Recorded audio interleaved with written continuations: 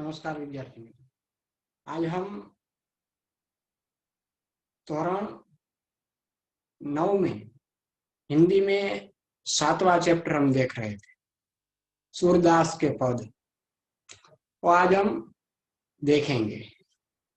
तो ये जो पद हम देख रहे हैं उसमें हमने उस लेक्चर में सुना था कि ये पद्य के कवि के नाम है सूरदास, जिनका जन्म सन 1478 में ईस्वी सन में हुआ था और उनका निधन सन 1573 में ईस्वी सन में हुआ था। महाकवि सूरदास जी का जन्म कुछ लोगों के मत अनुसार दिल्ली के पास सिही नामक गांव में हुआ था और कई लोगों का मानना है कि इनका जन्म मथुरा के पास रुकना या रेणुका क्षेत्र में हुआ था। इनका जन्मांध होना भी एक विवादास्पद है, यानी कि वो जो सूरदास जी थे वो जन्म से अंध थे और इनके गुरु का नाम था वल्लभाचार्य।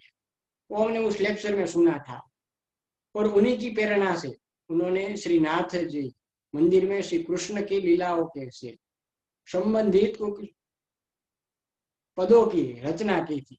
वो रचना करते थे और वो कृष्ण के अनन्य भक्त थे। वात्सल्य एवं श्रृंगार रस के वर्णन में वो अद्वितीय है। प्रस्तुत जो यहाँ हम पद्य देख रहे हैं उसमें सूरदास जी की अनन्य भक्ति भावना का हमें परिचय मिलता है और उनका मन सिवाय कृष्ण के कहा और सुख नहीं पाता। जिन आंखों ने कमल के समान नयन वाले श्री कृष्ण का दर्शन कर लिया हो और वे देव की आराधना कैसे कर सकता है और किसी और देव की आराधना कैसे कर सकता है। आराध्य देव का गुणगान सूरदास ने सुर ने किया है।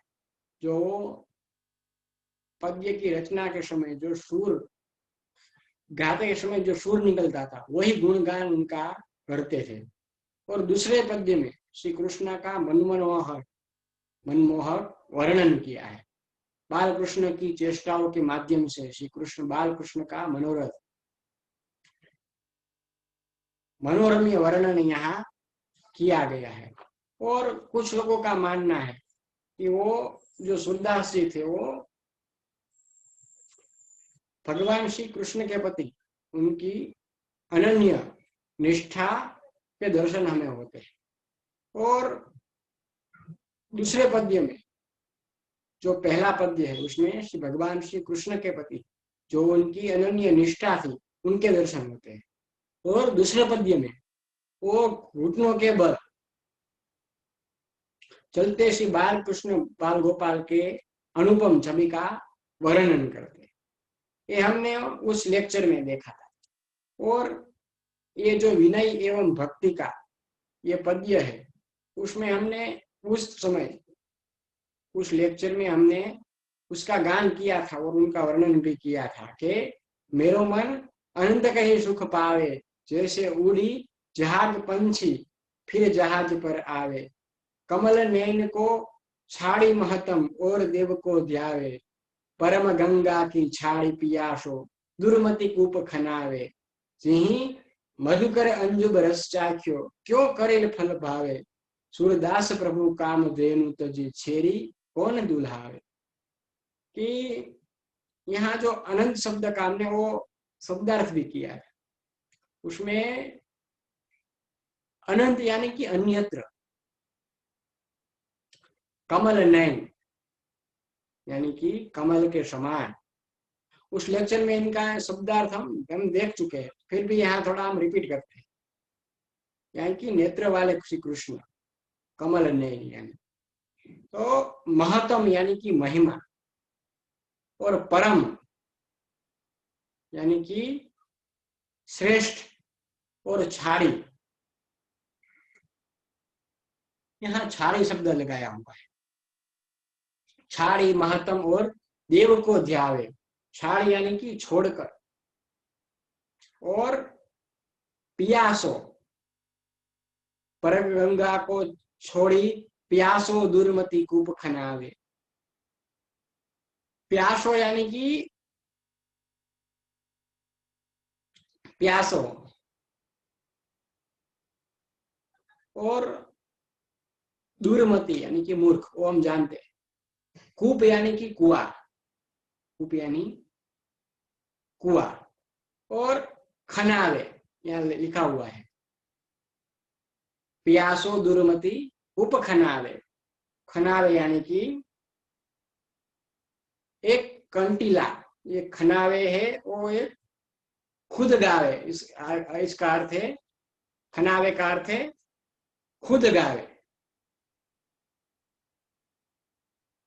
खुद वाए, खुद गाए नहीं लेकिन खुद वाए।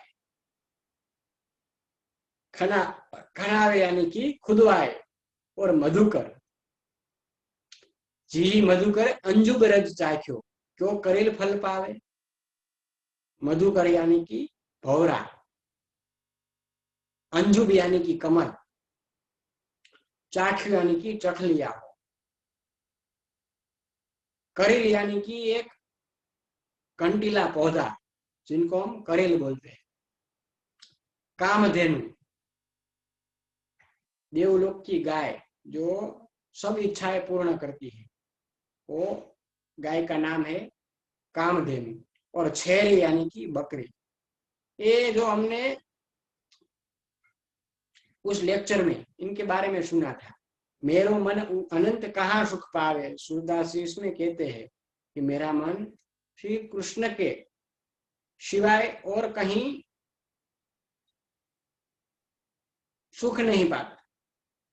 जैसे उड़ी जहाज को पंछी फिर जहाज पर आवे, कि जैसे जहाज का कोई भी पंछी जहाज को छोड़कर पुनः वो जहाज पर ही आता है। कमल नैन को छाड़ी महतम और देव को ध्यावे, यानी कि उसी तरह कमल नैन को छाड़ी महतम, कि मेरा मन अन्य देवताओं के यहां से लौट भटक कर फिर श्री कृष्ण के पास उसके चरणों में लौट आता है। परम गंगा को छोड़ी प्यासो दुर्मति कूप खनावे। ये कमल ने छाड़ी महतम, यानी कि सूरदास जी वो यहाँ कह रहे हैं कि परम कमल नैन, कमल नैन का हमने क्या भावार्थ देखा। कमल नैन यानी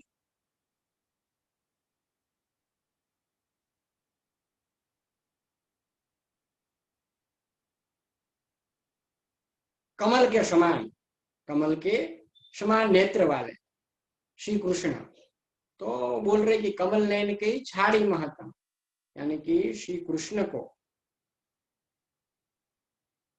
कमल नयन छाड़ी महतम के, कमल नयन भी भगवान श्री कृष्ण की महिमा छोड़कर और देव को ध्यावे।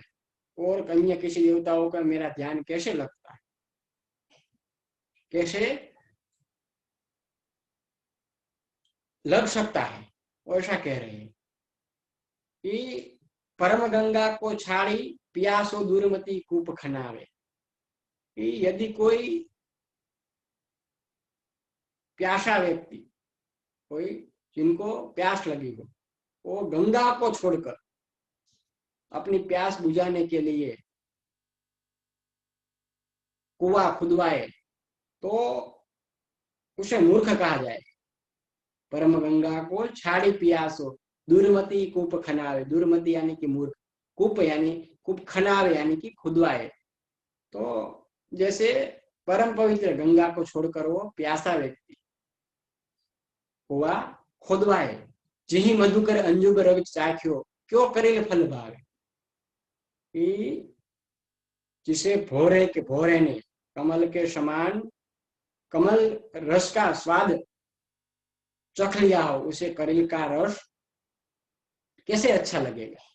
सूरदास प्रभु काम धेनु तजी छेरी कौन दुहावे। कि सूरदास जी कहते हैं कि मेरे प्रभु तो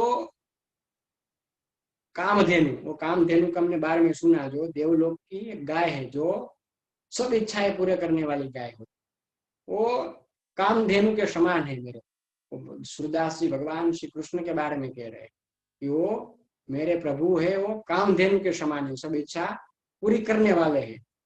उन्हें छोड़कर बकरी कौन दोहेगा, उन्हें छोड़कर बकरी कौन दोहेगा। वो वहां तक हमने ये जो काव्य है सूरदास जी द्वारा रचित, हमने देखा था, हम वहां से आगे बढ़ते हैं। शोभित कर नव नीत लिए, घुटुरुनि चलन रेणु तन, मंडित मुख दधि लेप किए, चारु कपोल लाल लोचन, गोरोचन तिलक दिए, लट लटकनी मधुमत, मधुप गान मदक मधु ही पिए, कठुला कंठ वज्र के हरि नख, राजत रुचि रहिए, धन्य सूरी एको पल एहि, सुख का मत सत कल्प जिए। यहाँ सूरदास जी कहते हैं शोभित कर, कर यानी कि हाथ, कर का भावार्थ होगा हाथ, कर यानी कि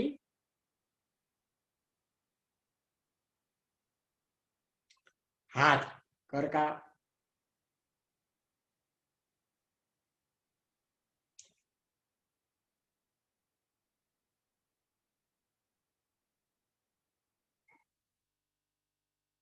कर यानी हाथ, कर नवनीत किए, नवनीत यानी मक्खन, नवनीत का अर्थ यहाँ बताया है मक्खन।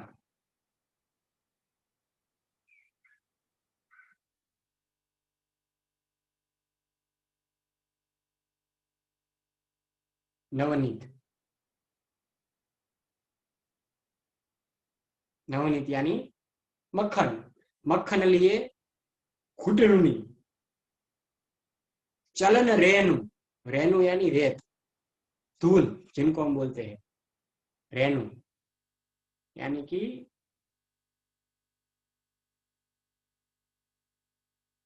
रेणु यानी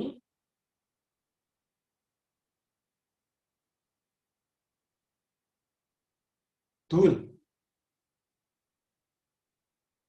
तन मंडित, मंडित यानी सुशोभित, मंडित यानी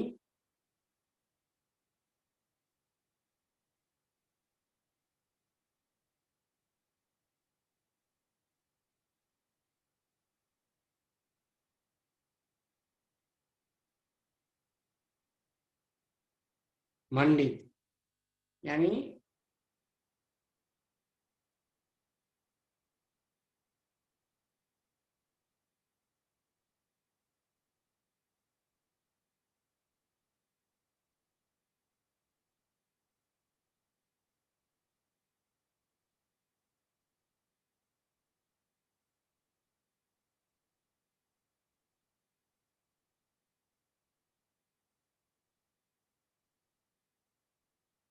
सुशोभित, मंडित यानी शुभ सुशोभित, मुख दधि लेप की, दधि यानी कि दही, वो हम जानते, दधि यानी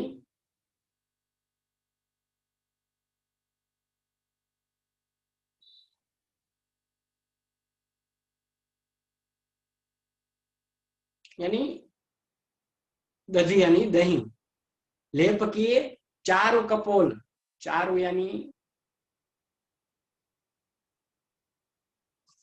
सुंदर, चारु यानी वो हमारे यहाँ दिखाते हैं आप, चारु यानी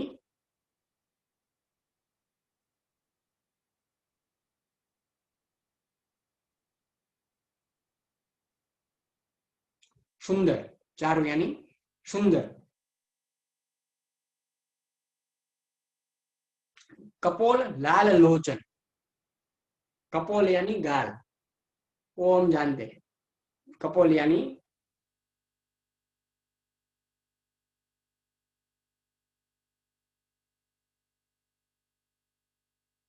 गाल, लोल लोचन, लोल यानी चंचल, लोल का अर्थ होगा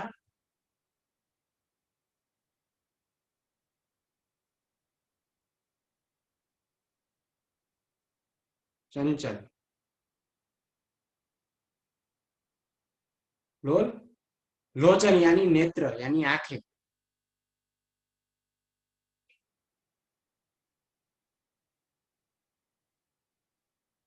आंखें अथवा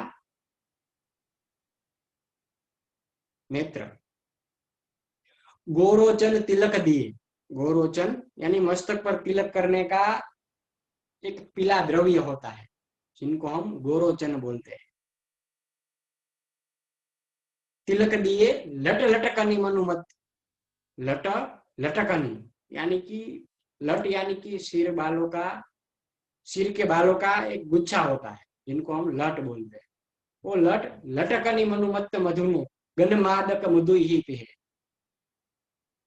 मनु यानी मानो। मनु यानी मानो। देखते हैं हम। मनु यानी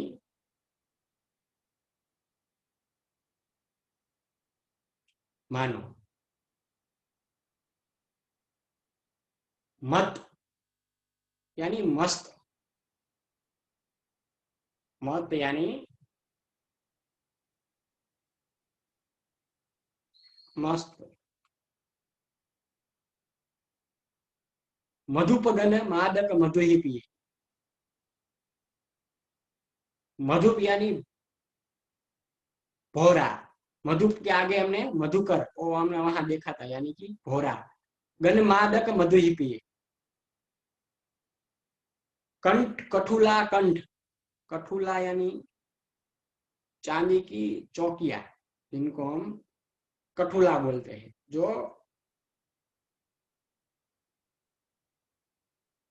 ये कठुला वो एक जो बधन का और बजरबट्टू की वो माला होती है, जिनको हम कठुला वो बोलते हैं। वज्र के हरिनख। के हरिनख यानी कि सिंह के नाखून। के हरि नख यानी कि सिंह के नाखून। सिंह के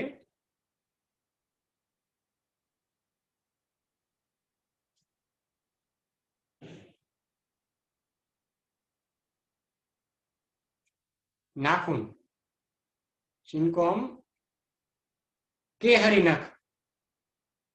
राजत रुचि। रुचि रुचि रही है। राजत यानी कि सुशोभित। राजत यानी कि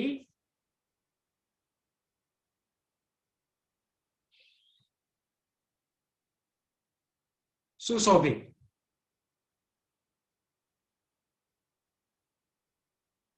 राजत यानी सुशोभित। रुचि रही है। रुचि यानी कि सुंदर। रुचि यानी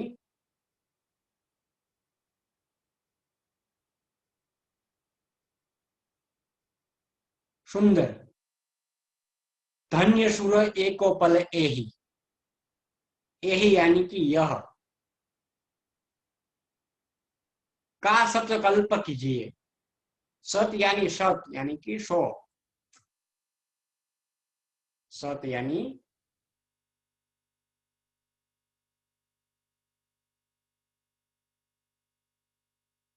सत अथवा 100। कल्प यानी कि 4 करोड़ 32 लाख वर्ष की अवधि, जिनको हम एक कल्प होता है। जो 4 करोड़ 32 लाख वर्ष जब होते हैं तब एक कल्प होता है। वो हमें जो पुराण पढ़ते हैं तो पुराण में इसका वर्णन आता है कल्प का। इसमें 4 करोड़ 32 लाख वर्ष होते हैं तब एक कल्प होता है। वही यहाँ बताया गया है कि यही यानी कि यह। यही यानी यह का यानी कि क्या, कल्प यानी 4 करोड़ 32 लाख वर्ष की अवधि, जिनको हम कल्प बोलते हैं। तो यहाँ बताया कि शोभित कर नवनीत किए, यानी कि हाथ में मक्खन लिए, हाथ में मक्खन लिए हुए वो श्री कृष्ण का, कृष्ण अत्यंत सुंदर लग रहे हैं। घुटरुनी चलत रेणु तन मंडित मुख दधि लेप किए,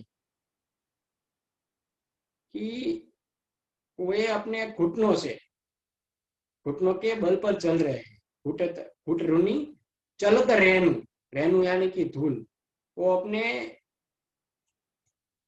घुटनों पर, वो अपने घुटनों पर चल रहे हैं और उनके शरीर पर धूल लगी हुई, धूल लगी हुई है। घुटरुनी चलत रेणु तन मंडित सुख दधि लेप किए, मुख दधि लेप किए, यानी कि, और वो जब भगवान श्री कृष्ण घुटनों पर चल रहे हैं तो उनके शरीर पर धूल लगी हुई है और वो उनके मुख पर वो मक्खन लगा हुआ है। चारु कपोत लोल लोल लोचन गोरोचन तिलक दिए, उनके गाल सुंदर और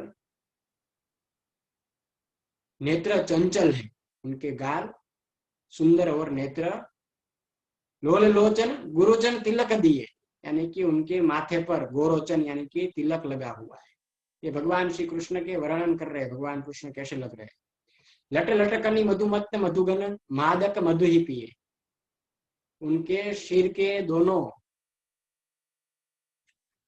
और लटे झूल रही है, जो माथे पर लटे होती वो झूल रही है। मधुप गन मादक मधु ही पिए, और वे मस्त मधु पीकर मस्त हुए भोरों के समान लग रहे हैं। कंठुला कंठ वज्र के हरिनख राजत रुचि रही है, यानी कि गले में पहनी हुई जो उनकी चांदी की चौकिया, जो हमने सुना था उनमें कि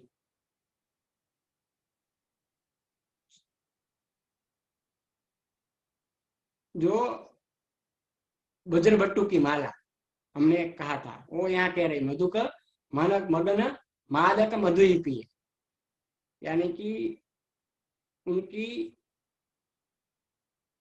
भगन खा, यानी कि बजू बजुन भट्ट वज्रबट्टू की माला वह हृदय पर सुशोभित हो रही। कंठुला कंठ वज्र के हरिनख राजत रुचि रहिए, धन्य सूर्य एक ही पल यही सुख का सत कल्प जिए। कि सूरदास जी कहते हैं, वो सूरदास जी इसमें कह रहे हैं कि ये जो भगवान बाल गोपाल जो इसी छवि को देखकर, उसी छवि को देखकर सुख एक पल लिए भी मिल जाए, तो एक पल के लिए भी सुख मिल जाए तो जीवन धन्य हो जाए। फिर भी कल्प तक, यानी कि कल्प के बारे में हमने सुना था कि 4 करोड़ 32 लाख वर्ष की अवधि का, उनको हम एक कल्प बोलते हो। एक कल्प जीने का कोई अर्थ नहीं है। यहाँ हमने अर्थ देखे, शोभित कर्णव नीत किए, कुटरुन्नी चलत रेणु तन मंडित मुख दधि लेप किए, चारु कपोल लोल लोचन गोरोचन तिलक दिए, लट लटकनी मनुमत्त मधु गन मादक मधु ही पिए, कठुला कंठ वज्र के हरिनख राजत रुचि रहिए, धन्य सूर एको पल यही सुख का सतकल्प जिए। सूरदास जी कहते हैं कि हाथ में भगवान श्री कृष्ण के बारे में वो कह रहे हैं कि हाथ में मक्खन लिए भगवान श्री कृष्ण अत्यंत सुंदर लग रहे हैं और घुटनों के बल पर वो चल रहे हैं, उनके शरीर पर धूल लगी हुई है और मुख में मक्खन लगा हुआ है, उनके गाल सुंदर और नेत्र चंचल है, उनके माथे पर गोरोचन का तिलक भी लगा हुआ है, उनके सिर के दोनों ओर लटे झूल रही है, सर के ऊपर दोनों ओर लटे झूल रही है, और वे मस्त मधु पीकर मस्त हुए भौरों के समान लग रहे हैं। गले में पहना हुआ चांदी की चौकी है, यानी बचन खा, जो हमने कहा था बजर बट्टू की माला हृदय पर शोभित हो रही है। वो सूरदास जी कहते हैं कि बाल गोपाल श्री कृष्ण इसी छवि को देखने का सुख एक पल के लिए भी मिल जाए तो जीवन धन्य हो जाए, फिर भी कल्प तक जीने का कोई अर्थ नहीं है। वो इस दूसरी पंक्ति में कह रहे हैं। ये हमने सूरदास के पद्य का हमने पूरा भावार्थ देखा। पहले पद्य में भगवान श्री कृष्ण के छोड़कर मैं कहाँ जाऊं, तो पहले पद्य में सूरदास जी की अनन्य भक्ति का वर्णन हमने सुना, और दूसरे देवों को, जब भगवान श्री कृष्ण को देखते हैं तो दूसरे देवों को भूल जाते हैं। और दूसरे पद्य में हमने देखा कि वो भगवान श्री कृष्ण का वर्णन करते हैं, ऐसे भगवान के दर्शन हो जाए तो कल्प तक जीने का कोई अर्थ नहीं है। वो यहाँ दूसरे पद्य में भी सूरदास जी ने भगवान श्री कृष्ण का अनन्य वर्णन किया है। ये हमने ये सूरदास के पद्य में, सूरदास के पद, ये जो छठा चैप्टर है, वो यहाँ हमने दो पद्य द्वारा जो उनके साथ हमने यहाँ पूर्ण किया, जो विनय और भक्ति, पहले में उनका विनय और दूसरे में भक्ति का वर्णन किया गया है। तो ये सूरदास के पद जो पद्य है वो हमने यहाँ 7वें चैप्टर में जो हिंदी में हमें मिल रहा है वो हमने यहाँ पूर्ण किया। तो इसके बाद आपको इसमें जो शब्दार्थ बताया गया, जो हमने पहले पद्य में उस चैप्टर में उस लेक्चर में देखा था, वो और जो यहाँ बताया गया, वो दोनों शब्दार्थ आप लोगों को अपनी फेयरबुक में, 9 की हिंदी की फेयरबुक में आप लोगों को लिखना है। और तो इसके बाद आप लोगों को प्रश्नों के जवाब, वो आपको होमवर्क दिया जाएगा, वो भी आप लोगों को लिखना है। तो यहाँ हमने ये सूरदास जी द्वारा रचित ये सूरदास के पद्य जो हमने भगवान श्री कृष्ण के,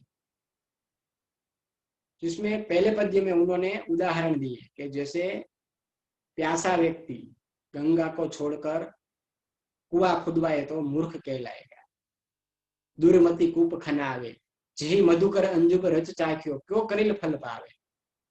जिन्हें कमल के समान रस, कमल का रस का स्वाद चख लिया, वो करिल का रस उसे कैसे अच्छे लगेगा।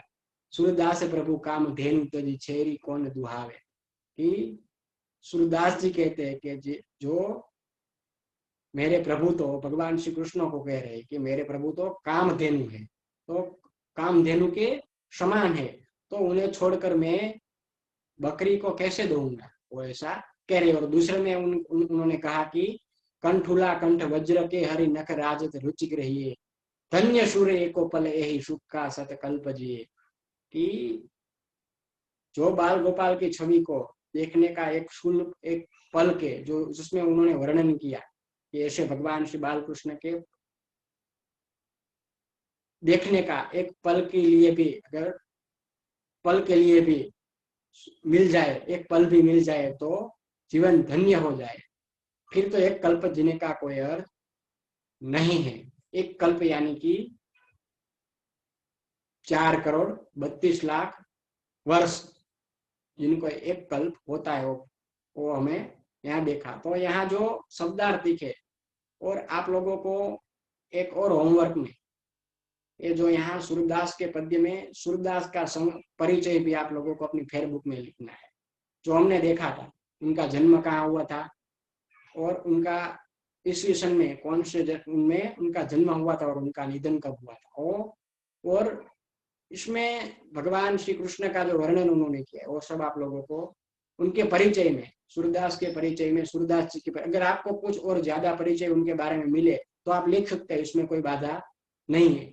लेकिन यहाँ जो हम पढ़ रहे हैं उसमें जो सूरदास जी के पद्य बताए गए हैं वो आप लोगों को अपनी फेयरबुक में सूरदास के जी के परिचय संक्षेप में आप लोगों को लिखना है, और वो शब्दार्थ भी आप लोगों को लिखना है। जो होमवर्क आपको जो लिखना है वो यहाँ आपको दिया जाएगा। यहाँ हमने 7वां चैप्टर सूरदास के पद्य वो यहाँ हमने पूर्ण किया।